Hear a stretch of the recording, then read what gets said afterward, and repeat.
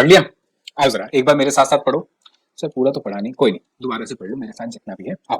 कह रहा following data is extracted from the books of X Y Z limited for the month of January. Estimation मतलब ये standard दिया होगा, standard ही हमारा एस्टिमेशन होता है, मतलब बजटेड होगा, सॉरी स्टैंडर्ड नहीं बजटेड। मटेरियल ए कह रहा है 800 लगना चाहिए था, 600 लगना चाहिए था, प्राइस पता नहीं है, पर इसका प्राइस पता है 30 रुपए के हिसाब से 18,000 का खर्चा आता। नॉर्मल लॉस जो हमने सोचा था कि 10% का हो जाएगा, ठीक है, तो यानी कि जितना भी हम लगाएंगे उसका 90% निकल कर आएगा।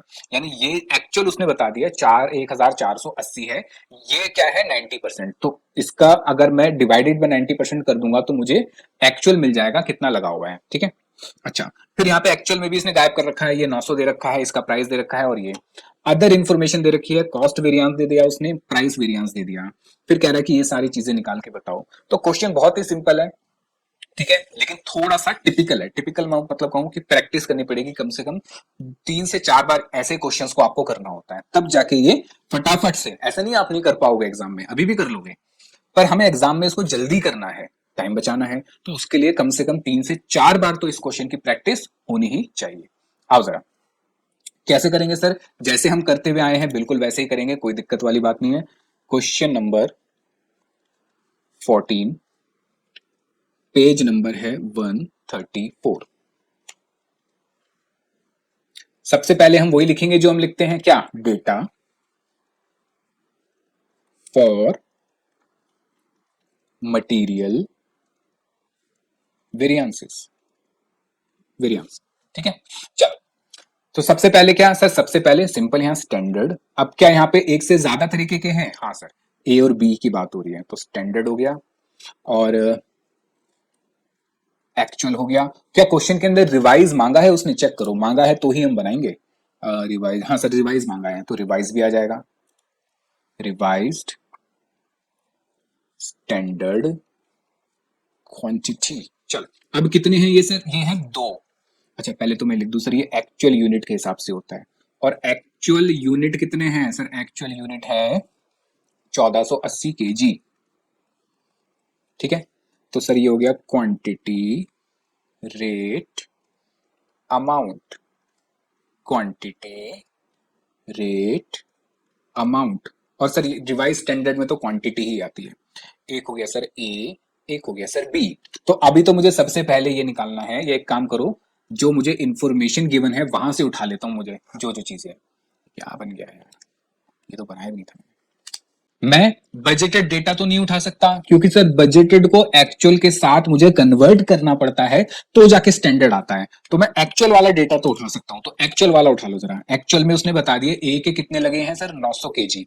तो सर मैं यहां पे लिख सकता हूं 900, ठीक है। अच्छा, उसके अलावा और क्या गिवन है सर? अगर मैं बात करूं तो बी का प्राइस दे रखा है उसने 32 रुपए 50 पैसे। बी का प्राइस दे रखा है 32 रुपए 50 पैसे, पर अमाउंट गिवन नहीं है।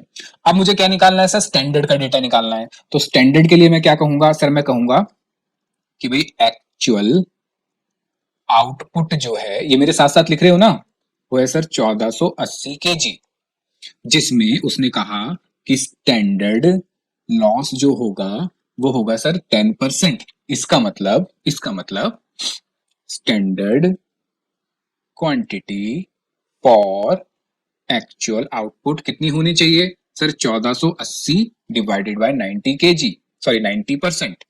तो 1480 डिवाइड बाय 90%, तो ये हो गया सर 1645। एक सेकेंड, 1480 डिवाइडेड बाय 90%, तो ये आ रहा है सर 1644। देखो वैसे तो आ रहा है 1644.44, लेकिन हम इसको पॉइंट में नहीं लेंगे, 1645 केजी कर देंगे। सर ऐसा क्यों?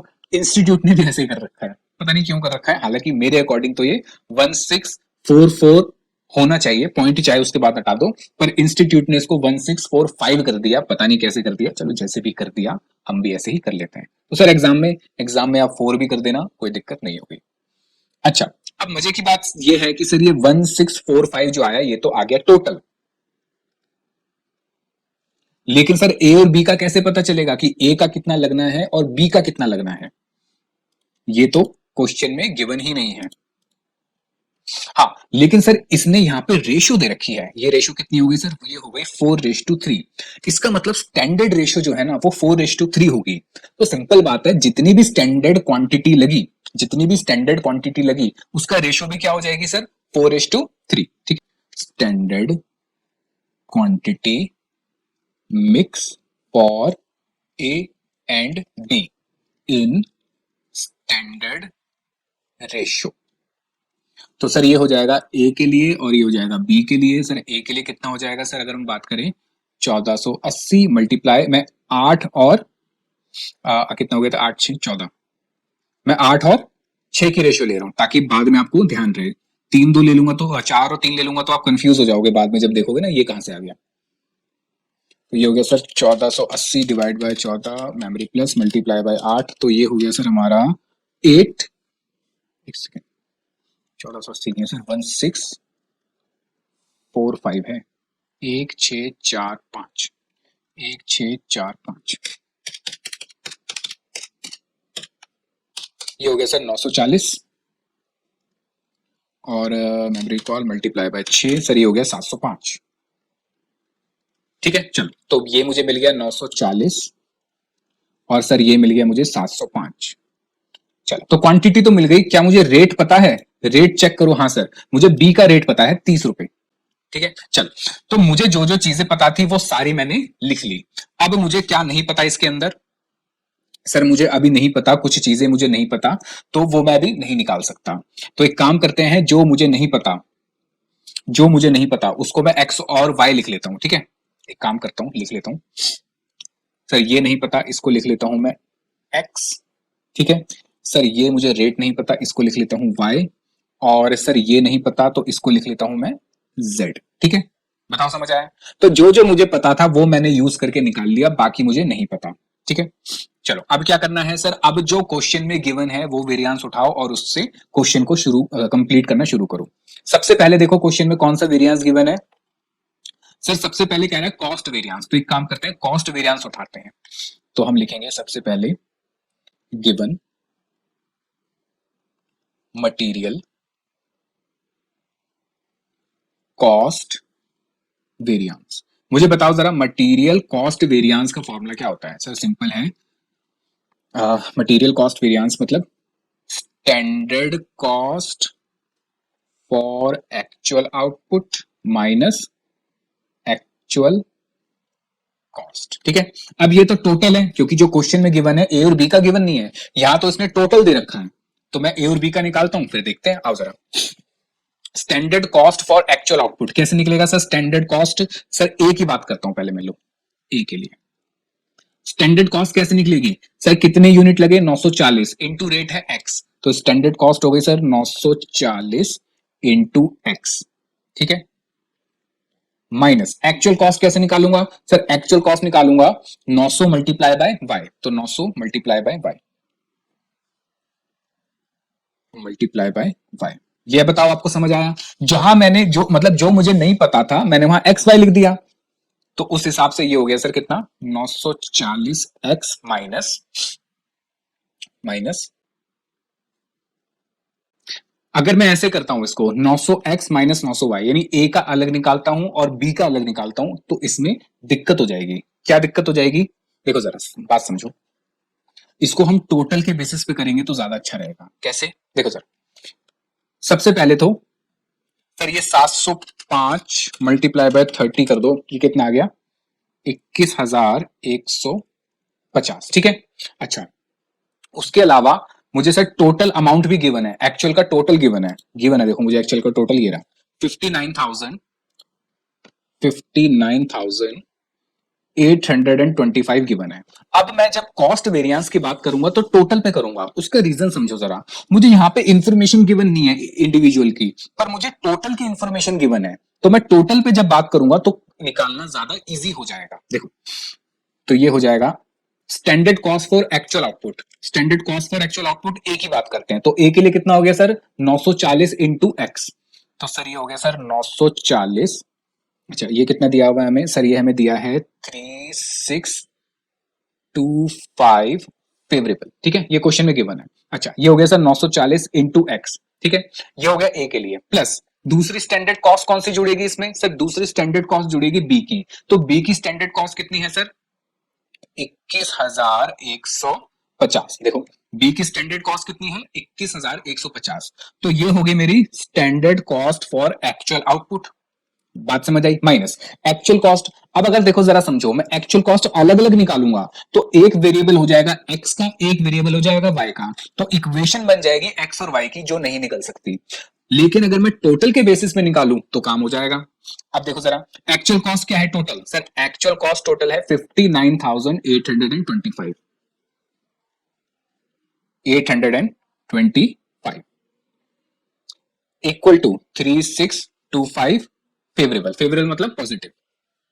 चलो अब ये देखो एक वेरिएबल में आ गया है, तो अब इसको निकालना मेरे लिए ज्यादा इजी हो गया है।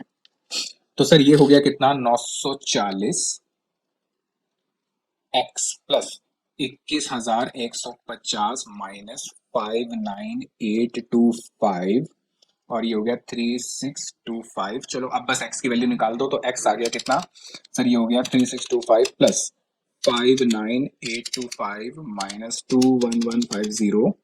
तो ये हो जाएगा सर 42,300 डिवाइडेड बाय 940। तो ये हो जाएगा सर सीधा सीधा 45। लो भैया एक्स आपको कितना मिल गया? 45। तो एक्स की वैल्यू पुट कर दो। सर ये हो गया एक्स की वैल्यू अगर हम यहाँ पुट करें तो ये हो जाएगा सर 45 और 940 मल्टीप्लाई बाय 45 कर देंगे तो ये हो जाएगा सर 42,300। ठीक है, इसको ऐसे सर्कल मतलब बॉक्स में डाल देना ताकि हमें पता चले कि ये इंफॉर्मेशन हमने निकाली है। ठीक है, चल तो ये हो गया 43,000। अच्छा इनका टोटल कर लूं 21150। तो सर हमारी टोटल कॉस्ट आ गई है 63,450। लो स्टैंडर्ड का तो मुझे पूरा डेटा मिल चुका है, अब मुझे क्या निकालना है सर? एक्चुअल के डेटा की बात करनी है। बताओ समझ आया? इजी है। चल इसलिए मैंने कहा था इन क्वेश्चंस की प्रैक्टिस जरूरी है। ये बताओ समझ आया ना? किसी को कोई दिक्कत तो नहीं है?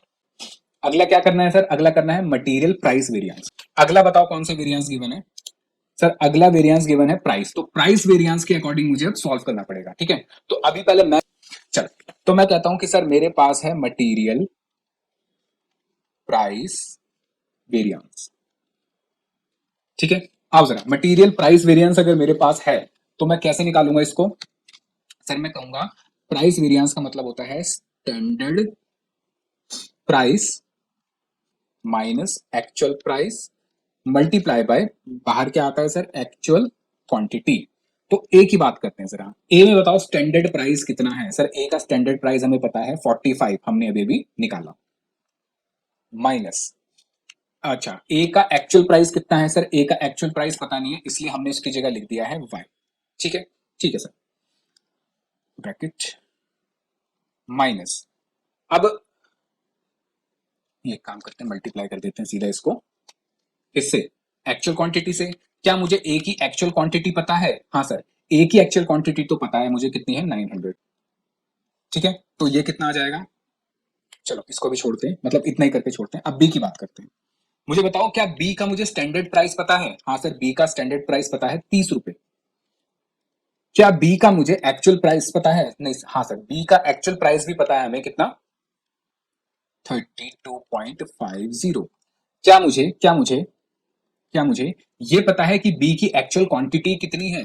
सर बी की एक्चुअल क्वांटिटी नहीं पता, जिसको हमने जेड लिखा हुआ है। ठीक है, जेड लिखा हुआ है।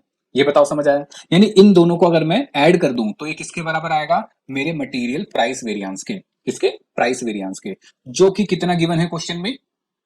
जो कि गिवन है 175 फेवरेबल। ठीक है, अब जरा समझो, आओ जरा करते हैं। ये हो गया सर 45 मल्टीप्लाई बाय 900, 40,500। यानी अगर मैं इसको सॉल्व कर दूं तो ये हो जाएगा सर 40,500 माइनस 900 वाई। और इसको मैं सॉल्व कर दूं तो ये हो जाएगा सर हमारा कितना?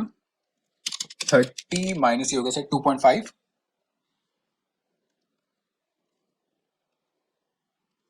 जेड। ठीक है, चलो अब इन दोनों को मैं जोड़ दूं ए प्लस बी को, यानी कि 40,500 लिखना मत, माइनस 900 वाई प्लस 32.5z ये किसके बराबर आना चाहिए सर? इक्वेशन में जो वो है 175 जो गिवन है क्वेश्चन में उसके बराबर। बताओ ये समझ आया? ये बन गई मेरी इक्वेशन। क्या मैं ये इक्वेशन सॉल्व कर सकता हूं? आप बताओ, क्या ये इक्वेशन सॉल्व हो सकती है? नहीं सर, ये इक्वेशन सॉल्व नहीं हो सकती। क्यों? क्योंकि सर सिंपल बात है, क्योंकि यहाँ दो वेरिएबल आ गए, एक y आ गया और एक z आ गया। Since there are two variables we can not solve this equation. We can not solve this equation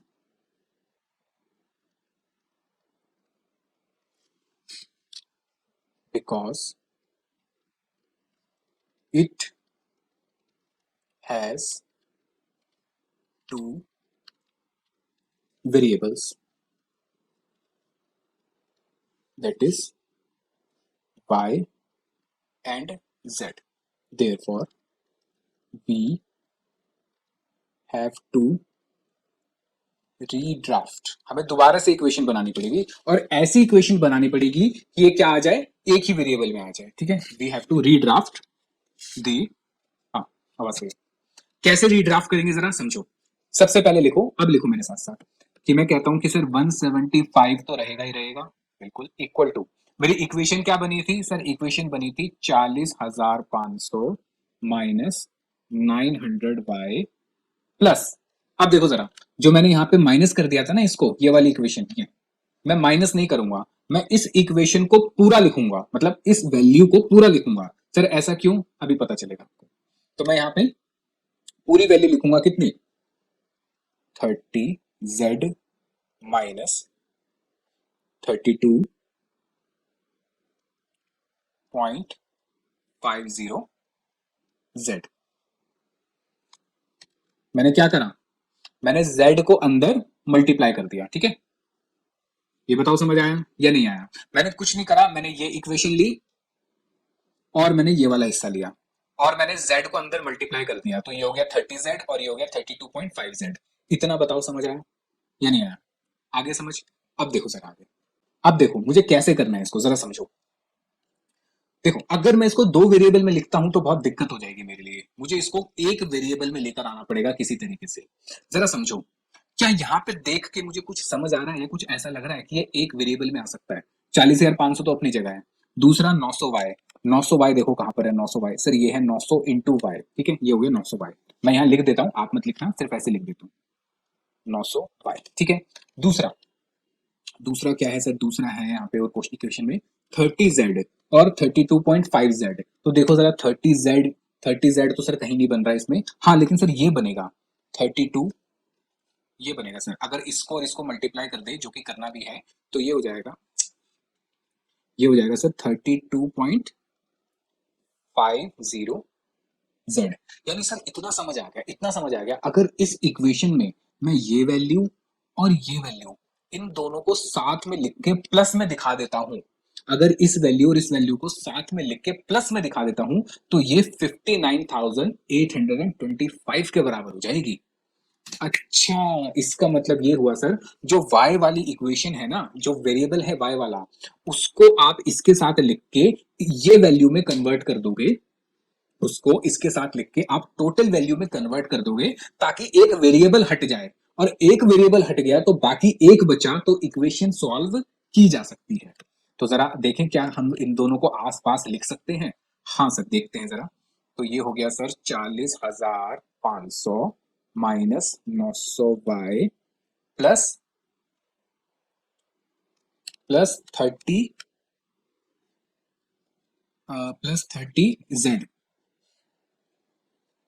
plus 30z minus 32.50z। चलो जरा देखो, मुझे कौन सी वैल्यू लेनी थी सर? मुझे लेनी थी ये 900y और दूसरा 30z। लेकिन सर दिक्कत क्या है सर? देखो, मुझे इस 900y और ये 32z को दोनों को प्लस करना है, और यहाँ पे क्या हो गया सर? यहाँ पे ये हो गया, यहाँ पे ये हो गया सर कि ये इधर लगा हुआ है माइनस। तो एक काम करता हूं, मैं माइनस को बाहर ले लेता हूं। आपको समझ आया मैंने क्या करा? मैंने बस चीजों को इधर उधर कर दिया, ये अपनी जगह, इसको उठा के मैंने इसके साथ चेप दिया और ये अलग हो गया। लेकिन सर दिक्कत यह है, इन दोनों को तो मुझे प्लस करना है और ये माइनस है, तो माइनस माइनस क्या हो जाएंगे? प्लस। लेकिन उससे पहले मुझे माइनस को बाहर लेना पड़ेगा, तभी वो पॉजिटिव आएगा। 40 500 माइनस ब्रैकेट लगा दूंगा, सर ये हो जाएगा 900 Y plus 32.50 Z bracket plus 30 Z. अब इन दोनों की जगह मैं क्या लिख सकता हूं? हाँ, उन दोनों का टोटल। तो ये हो जाएगा सर 40,500 माइनस कितना हो जाएगा? 58,000।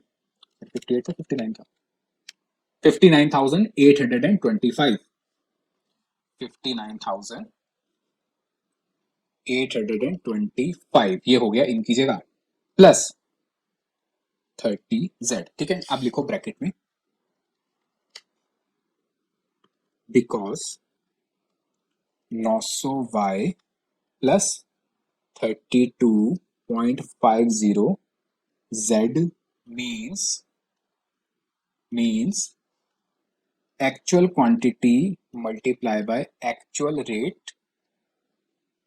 ठीक है, इसलिए क्या बन जाएगा ये मेरा? टोटल एक्चुअल एक्सपेंस या कॉस्ट। ठीक है, अच्छा सर ये समझ आ गया कि यहाँ हो गया सर 175। अब ये सिंगल उसमें बन गया वेरिएबल के अंदर, अब इसको निकालना इजी है। तो ये हो गया सर 40,500 माइनस 59,825 और ये वहां जाके प्लस हो जाएगा, प्लस 175 डिवाइडेड बाय 30। तो जेड आ गया सर मेरा सीधा सीधा 650। ठीक है, केजी। ये लो भाई, तो जहां आपने z लिखा था वहां पे आप कितना पुट कर दोगे? 650 वैल्यू। क्या ये मुश्किल था? यानी देखो, अब आपको क्वेश्चन में, इसलिए मैंने कहा ना आपको 3 से 4 बार आपको इसकी रिवीजन करनी पड़ेगी, क्योंकि क्वेश्चन करते करते आपको समझना पड़ेगा कि दो वेरिएबल आ गए तो उसको सॉल्व कैसे करो। तो उस रिगार्ड तरीके से आपको देखना पड़ेगा क्वेश्चन में कि क्या तरीका है कि दो वेरिएबल को एक में कन्वर्ट करा जा सकता है, और अगर है तो फिर आपको वैसे करना पड़ेगा। ठीक है, चलो ये लिख लिया। चलो इसको पुट कर दो z की जगह पे 650 केजी, इसको लिख दो ब्रैकेट में। क्यों? क्योंकि सर ये हमने निकाला है। अच्छा, क्या अब मैं y की वैल्यू निकाल सकता हूं? पहले तो इसको यहां लिख देता हूं मल्टीप्लाई करके, 650 मल्टीप्लाई बाय 32.5, सर ये हो गया मेरा 21,125। अब मैं इसको इसमें से यानी टोटल में से जब मैं माइनस करूंगा तो मैं ये वैल्यू निकाल सकता हूं। तो 59,825 में से अगर मैं ये हटा दूंगा तो ये हो जाएगा सर 38,700। ठीक है, अब इसको से डिवाइड कर दो किसको? 900 को, तो आपको y का रेट पता चल जाएगा। तो y कितना आ गया मेरा? 43। लो, ये y निकल गया 43। बताओ समझ आया ये नहीं आया? इजी है। तो सर y निकाल के भी दिखाना है? हाँ निकाल के दिखा दो, एक काम करो, क्योंकि उसने क्वेश्चन में मांगा भी है। आओ y निकाल देते हैं। कैसे निकालेंगे y? सर मर्जी आपकी, कोई भी इक्वेशन में पुट कर दो या आप ऐसे निकाल सकते हो। कैसे? 59,825 ये कैसे बना? सर ये बना, एक तो हमारा ये वाला था, कहां गया? ये बना सर इससे, ये जो हमें मिल गया 21,125, यानी कि हमें सर मिल गया ये 650 मल्टीप्लाई बाय कितना? Multiply by 32.50 plus 900 Y. ठीक है, चलो तो ये मल्टीप्लाई कर दो, 650 मल्टीप्लाई बाय 32.5, ये हो जाएगा सर 59,825 माइनस, ये दोनों मल्टीप्लाई हो जाएंगे 21,125 और ये 940 है, 900 नहीं है, 940 डिवाइड हो जाएगा माइनस 59,825 डिवाइड बाय 940, ये हो गया सर, ये कैसे चल पा रहा है?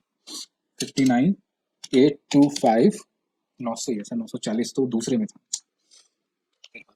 900 माइनस 21125 डिवाइड बाय 900, सर ये हो गया 43। तो सर y आ गया हमारा 43।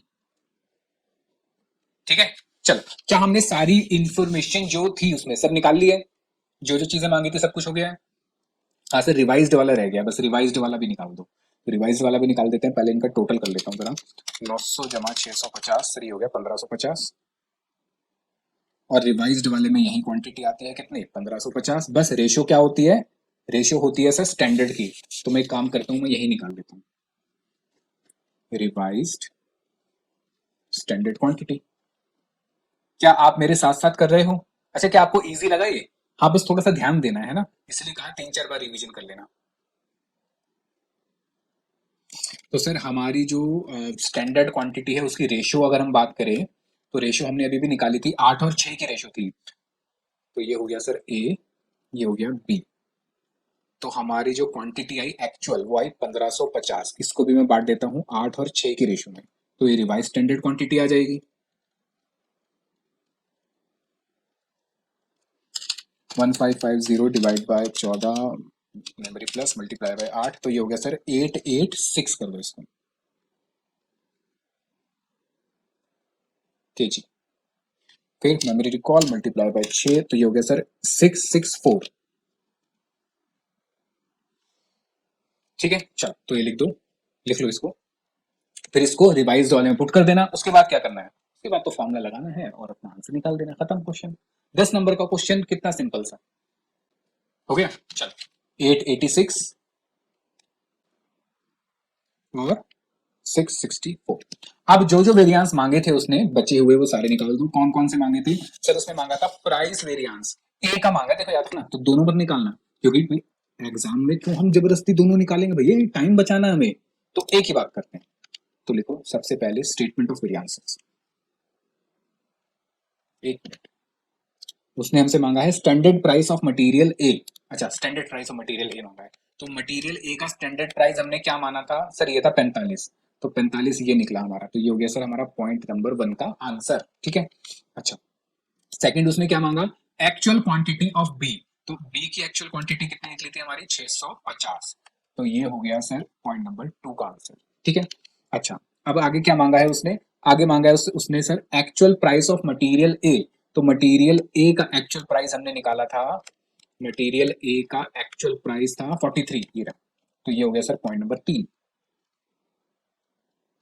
उसका आंसर। बताओ समझ आया? अच्छा, उसके बाद उसने पॉइंट नंबर 4 में मांगा है रिवाइज स्टैंडर्ड क्वांटिटी। अच्छा, ये भी हमने निकाल लिया, कितनी मजे की बात है ये। लो, ये था हमारा पॉइंट नंबर 4। अब आगे क्या मांगा है, लास्ट उसने हमसे एक ही वेरिएंस मांगा है, मटेरियल मिक्स वेरिएंस बता दो। लो, तो ये सब लिखने की जरूरत नहीं है, सीधा हम पॉइंट नंबर 5 लिखेंगे, मटेरियल मिक्स वेरिएंस। और बताओ मिक्स वेरिएंस को हम कैसे निकालते थे, याद करो, राम जी वाला। राम जी की सेना ने पत्थरों को मिक्स करके पुल बनाया, मिक्स वेरिएंस, और राम से निकला आर ए, आर से हुआ रिवाइज्ड स्टैंडर्ड क्वांटिटी, ए से हुआ एक्चुअल क्वांटिटी, और अगर क्वांटिटी अंदर है तो बाहर रेट आएगा, और रेट बाहर हमेशा कौन सा आता है, स्टैंडर्ड रेट। चलो तो ए के लिए भी निकाल दो और बी के लिए भी निकाल दो।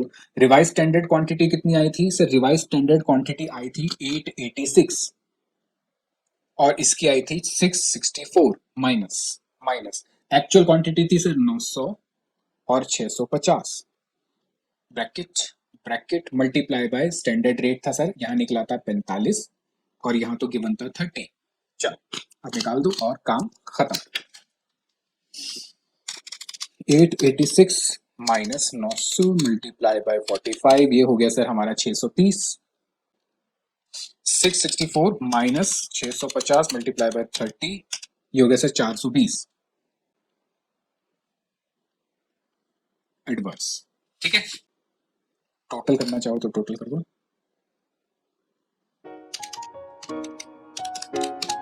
1050।